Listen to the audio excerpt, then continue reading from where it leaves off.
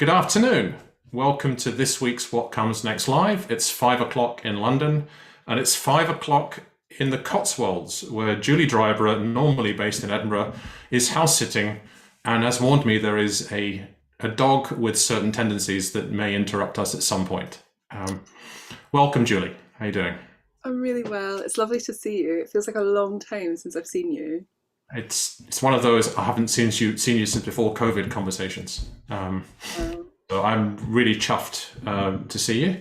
A little bit about Julie from me is that when I moved to London about 5 years ago, one of the things that was missing for me was a community of practice among experienced coaches, facilitators, mentors.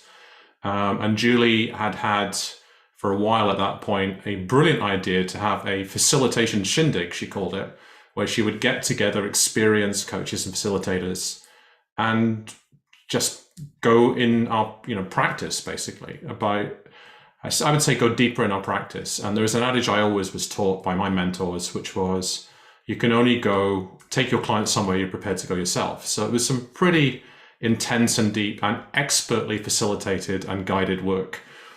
So I always refer to Julie as one of the top coaches and facilitators I know. So there you go. I warned you I would big you up. So that's my intro for you, but that's been a few years since you did that, and a lot of things have gone on for you. So I'd love to hear, for the listening and viewing audience, a little bit about yourself from you, and then we're here to talk for about half an hour on whatever's on your mind. okay, thank you. Yeah, the shindig feels like a long time ago. And I did move it online. So when the pandemic hit, that first year, I was doing shindigs online for any facilitators that weren't feeling comfortable in that online space. So many of us, myself included, were face-to-face humans, like we'll go in and we'll run a room and, do all that stuff. And then the notion of using virtual whiteboards and things was, for many of us, it was just an absolute anathema and quite scary. And so the whole thing about the shindig was allowing people places to mess up and practice together Mhm. before we kind of unleashed ourselves on the clients. So it went online, and then I think by 2021 I was just so done with Mhm. being online that actually the poor old shindig kind of went away. But it may come back. Phoenix like it might come back, even maybe in a hybrid fashion. Who knows? And that piece could be very interesting in terms of running events. Two thoughts around these podcasts. I think this is number 91. In a few weeks' time, I have on the lovely Jo Cook, who was, I went on one of the very early online ones you did, and I joined that, and Jo was on there, and she's an expert in learning online. So I'm really looking forward to what she will have to share for anybody who wants to communicate in an online/hybrid way. The second of two things is that another past guest is a dear friend of mine who lives out in Nevada, Mark Rowlands, who a few years ago took an amazing opportunity to be a senior person heading up innovation for the US Air Force. And you might think, well, US Air Force, but it's got hundreds of thousands of employees. It's one of the biggest business organizations in the US, and they have a massive innovation hub in Las Vegas. And he talked quite a lot on that podcast about running hybrid. This was a year and a half ago, at least, and just saying it's really like a full-scale television production. The number of cameras you need to have so that you can have different shots and production and this kind of thing. So just fascinating stuff, and it's an interesting world we're in. So that you got fed up being online, online with that sort of space as a facilitator. So where did you move through, and where are you now? I was looking after my well-being and resting my eyes, because it was more that it was like I was doing lots and lots of client work, and then I found that having the energy to be like super creative was an ask. So I really felt it. I'm sure lots of people did. Mm. So where am I at now? Well, we are now in halfway through 2022, Mhm. um, and I guess like part of this conversation today was I think prompted by the fact that I was at Learning Tech a few weeks ago, and I was talking about AI in coaching. So it was learning technologies. I was fortunate enough to be asked to chair some conversations. So I was chairing some panels on at Learning Tech, which is always a real honour. And there's two parts to Learning Tech. There's the sort of conference part, which is fairly kind of traditional, panels and speakers, and then you go downstairs to the exhibition hall, and it's just like bandit country. It's just noise and innovation and people trying to sell technology and solutions to things that you didn't know that you need. It's like, whoa. So going into that, you've got to sort of take a bit of a breath before you walk into, or I do. There's loads of people who'd be fine with it, but it's a bit overstimulating for me. And in the exhibition space, people were having conversations about using AI to support coaching, or support the beginning of maybe coaching relationships, or the matching process. So using algorithms, using artificial intelligence to help track, map, do all of those kind of things. And as a old-fashioned, analog, relational coach who believes in the absolute necessity of building that relationship and trust and bond and doing some of the slow work, I was really challenged. I was super challenged by some of the things that I was hearing and seeing, and I really noticed myself feeling old and feeling like rejecting it, just going, what's this AI malarkey? It couldn't possibly replace. Proper coaching. It's not proper coaching. You need a proper chemistry meeting. You can't be matched by an algorithm. So I think I was maybe moaning on Twitter a little bit, and I think you went, Jules, do you want to come on? And I went, yeah, I do. So that's still kind of kicking around as a thread. I've done a little bit of reading and research around it. I'm a little bit calmer about its place in the future, because everybody I've seen who is producing the kind of AI coaching, it still very much relies on human coaching intervention. So like sentiment analysis, reading emotions and vocal ups and downs is still not where you would probably need it to be. So it can't predict in the same way. And there are issues within some of the algorithms, basically because of who coded them and all of those sorts of things. So we're not there yet, but I'm curious about it and what it might mean for the profession. And it's not a conversation I'm hearing us coaches have. So if I hadn't been at Learning Tech, if I hadn't come into contact with the technology, I probably still wouldn't wholly know that it existed. Interesting. A few thoughts from listening to you. The first one is the maxim that what we resist persists. So there's perhaps something, and it's come on. No, and I mean it in a really positive way, because it's kind of a coaching maxim that if we're really resisting something hard, there's probably something there to explore. All right, whether in us or whether in further research or curiosity about it. So it's just being open-minded, just being open and curious. So that's the first thought. So kudos for that. For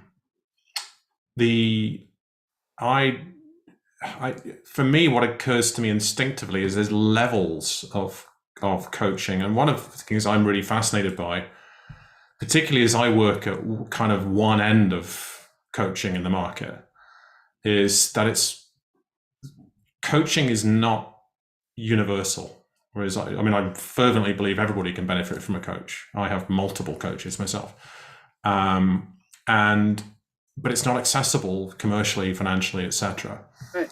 So there are some interesting businesses for larger organizations that do, apps that do peer-to-peer coaching on the classic sort of 12-week model. And that's significantly better than nothing at all.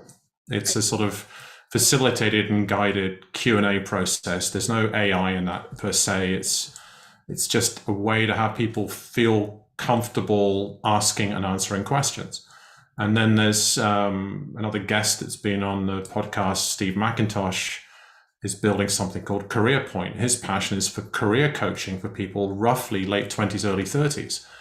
And there's a matching process. Then they get put together with actual coaches working online.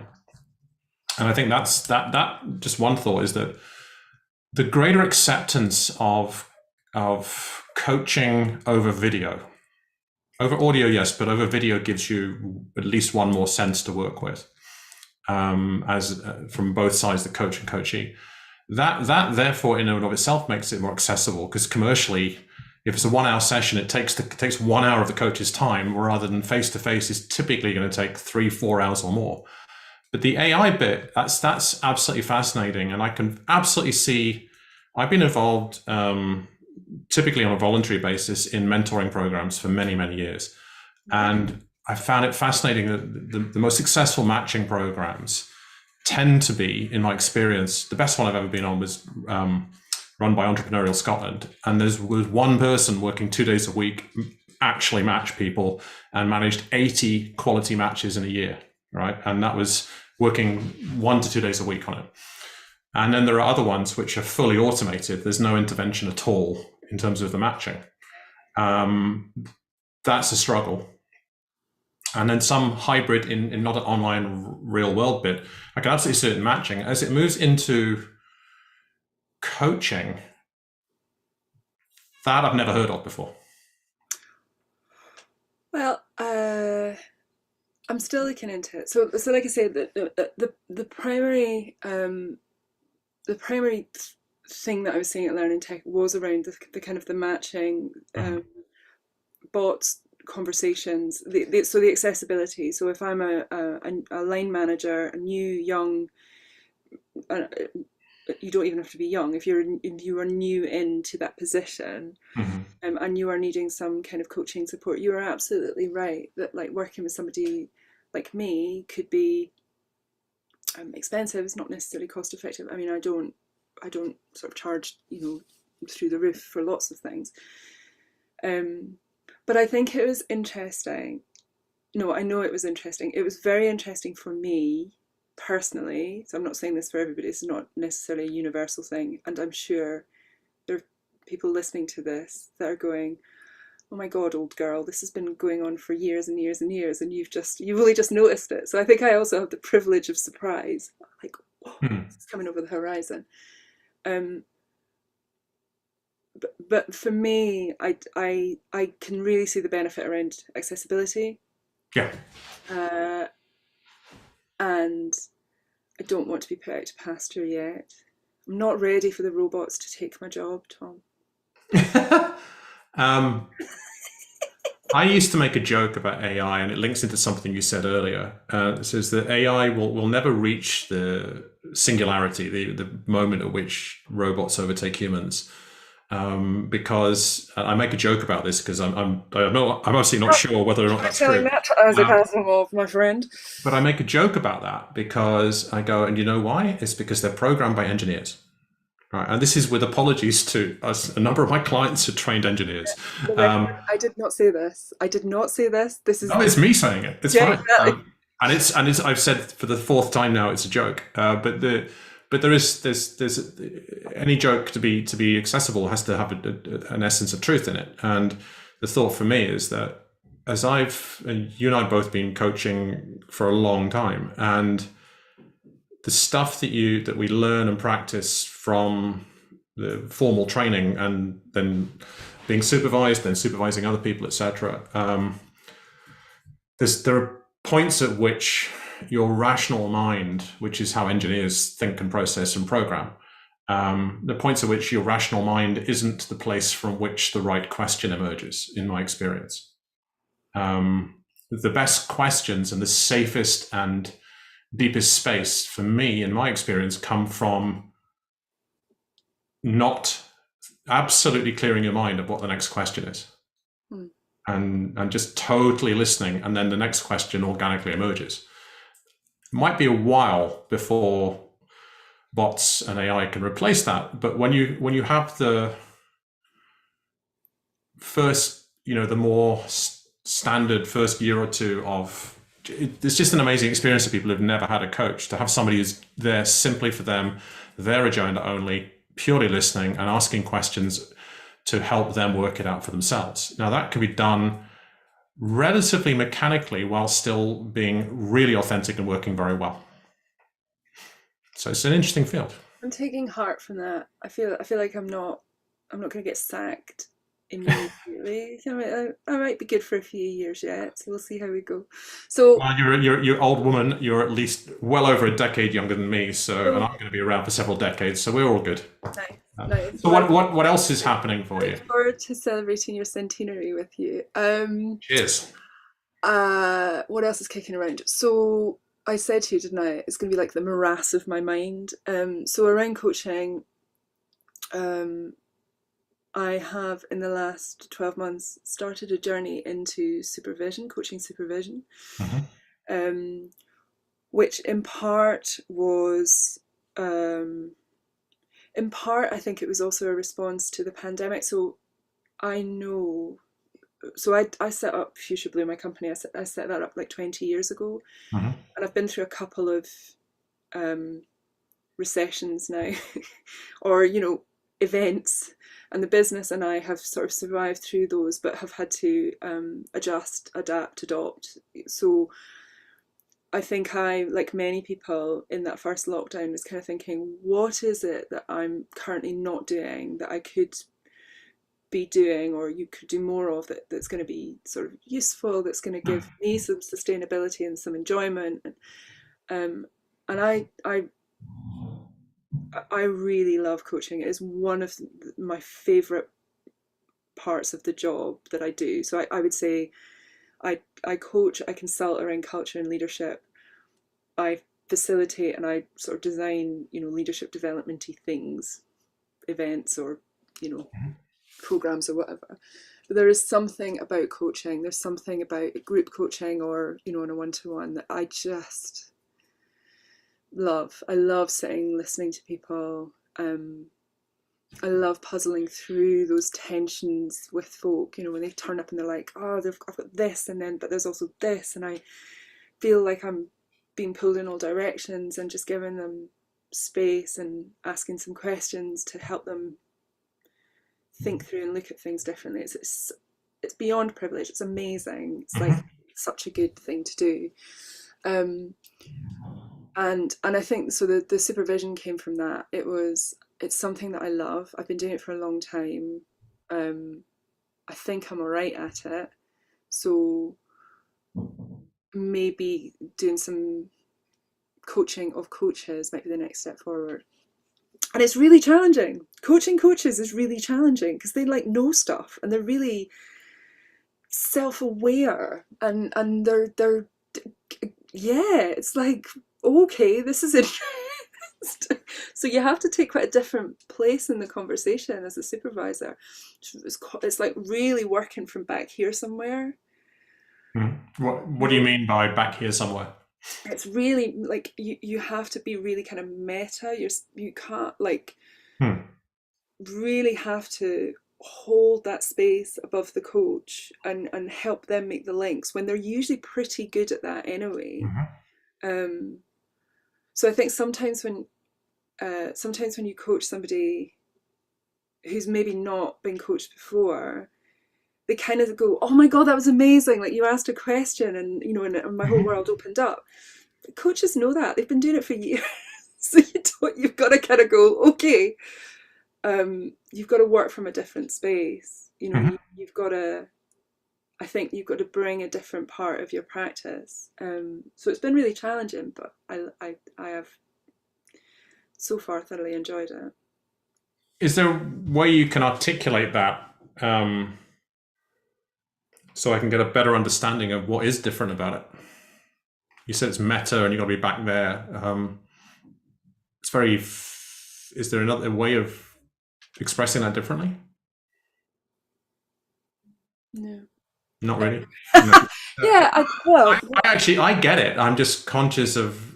I think you're just working with the individual or the group from a slightly different space. Yeah. It's not about solutions. You're not like not always, but often. If I've got my coaching hat on, I am supporting the other person to find a solution or a number of solutions. Or in supervision, you're operating on the basis that they have all of that anyway. I mean, I work with my coaches in that way. Like you got the answer there somewhere. But in supervision, I don't know. It's just all I can say to you is it's different. I'm probably not articulating it very well, and my tutors will be lining up to shoot me now, going, "Have we not taught you better than this?" No, well, if I go back to the AI bit a little bit, and I'll share one of my experiences around this, is there's the difference in the rational mind and right. how we feel and embodiment and things like that. And sometimes if something really feels different, it's quite difficult to find the words about it. Right. So I've had a few supervisors in which I also think is right. You should work with, kind of different supervisors throughout your career. And I was working with a lady called Kay Young. Kay's based in Scotland. I think she's up in Findhorn now. And Kay used to challenge me probably more than anyone I've ever worked with. She would challenge my, not just my head, she would challenge my heart, she would challenge my, like, where is it in your body? Where are you feeling that? How are you responding to what you're seeing in front of you? And it was working with her was a really visceral experience sometimes, and it was amazing. It was so shifting. Yeah.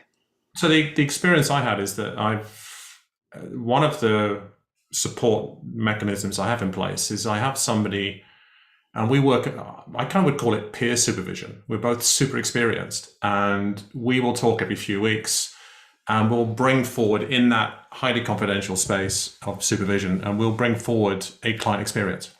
Yep. And sometimes it's my turn and sometimes it's their turn. The last time we were on, they were helping two very senior executives, two different clients, who were looking to decide whether to stay or go from their employment. And they have all the tools. They're way more experienced than me and a few more gray hairs, all right? But they wanted to talk it through. So there's a reason they wanted to talk it through. There was something that they were stuck on. And what it came down to was that they explained all the detail and rationale as to why one person wanted to do one path. And they said, and I'm okay with that. That makes perfect sense to me. And then they explained all the detailed rationale why the other person wanted to do their path. He said, that doesn't feel right to me. Right? And all I said was, having listened to both of these stories, all of which took about 20, 30 minutes to get all the detail, let them unload, let them download. I just thought, well, okay, what's the thing I'm going to say? And I just went, I listened to the rationale from both of your clients, and I could see how you could feel okay with both of their decisions making sense. But for some reason, one of them felt absolutely okay with you, and you think, I can support that person with that transition, that journey, etc. But the other one, you said, no, it doesn't seem right to me. That's what I'm interested in. And I just turned it back over to them, and they went, oh. And they'd really never thought about it. So what it feels like to me is that sometimes in that space, like I work quite a lot with CEOs and senior C-suite leaders, and they're particularly CEOs, it's quite lonely at the top. They've got nobody they can talk to.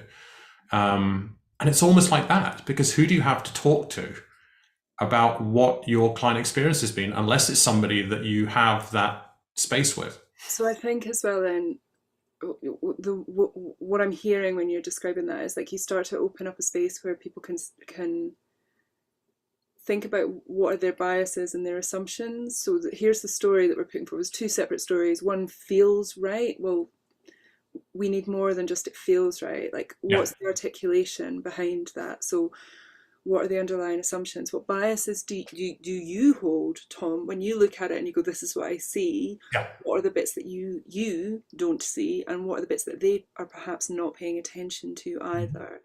So if you know, in that Gestalt way, it's what is currently figural, what's right in front of us that we're paying attention to, but what's not, what's like in the background that we're maybe not paying attention to, that perhaps we need to bring in more of.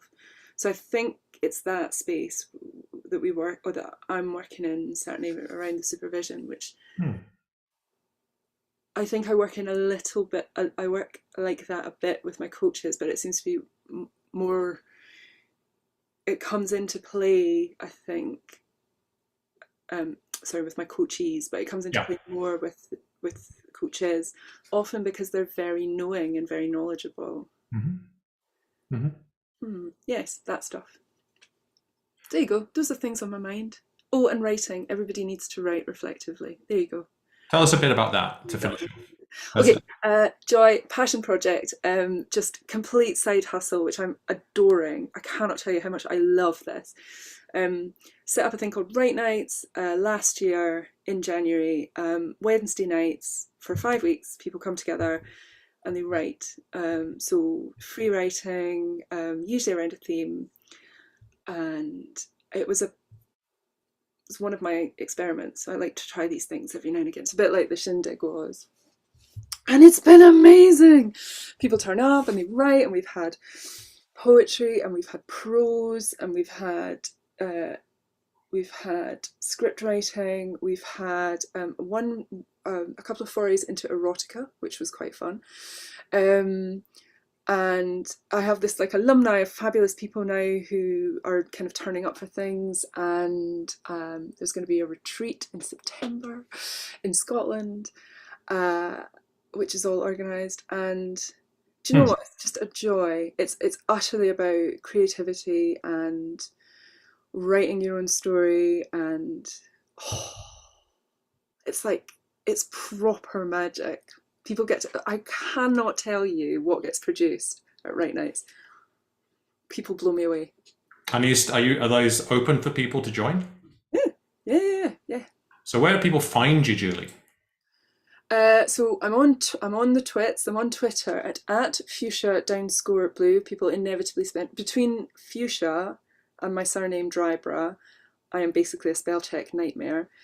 So I'm on Twitter at Fuchsia Blue. Write Nights, just the hashtag for Write Nights is on Twitter and also on LinkedIn if anyone's looking for it there. But if you find me on LinkedIn, all the Write Night stuff is on there. I'm probably not as much on coaching and supervision as should be. You're focused on the passion project. I love the writing. I got into at one point I got into, I mean, I write every day, as you know, on a blog. But at one point, another guest that's been on the show, Katie Elliott, did a month of cool things last summer. And one of them was to join, I honestly can't remember the name of it right now, but the idea was you joined a writer's hour. Nice. And everybody just logged on with their cameras on, no intros. The host made the intro, and then you sat quietly for about 50 minutes doing whatever you were doing. It just felt like you were in a co-working space, but not talking. And then for the last 5 minutes, anybody wants to share, they share, otherwise that's done. And it was just a really cool experience. Yours is, obviously there's a bit more to it, and people are sharing their stuff and connecting a bit more. Okay, yeah, on Write Nights they share, but I do Rise and Writes in the morning, so it's like early morning meditation writing, and that's like nobody shares on that. So they're like a little bit led. They do 2 or 3 writing sessions, which are kind of led meditations, because that time in the morning is just a beautiful time to tap into your creativity and your stories, your reflections, the possibilities. So, and they're free. So I'm plugging now. Look at me plugging. I'm very proud of myself. I don't normally plug. So those are the things that are on my mind. Very cool. Well, it's been the half an hour has flown by, and we've touched on a few things.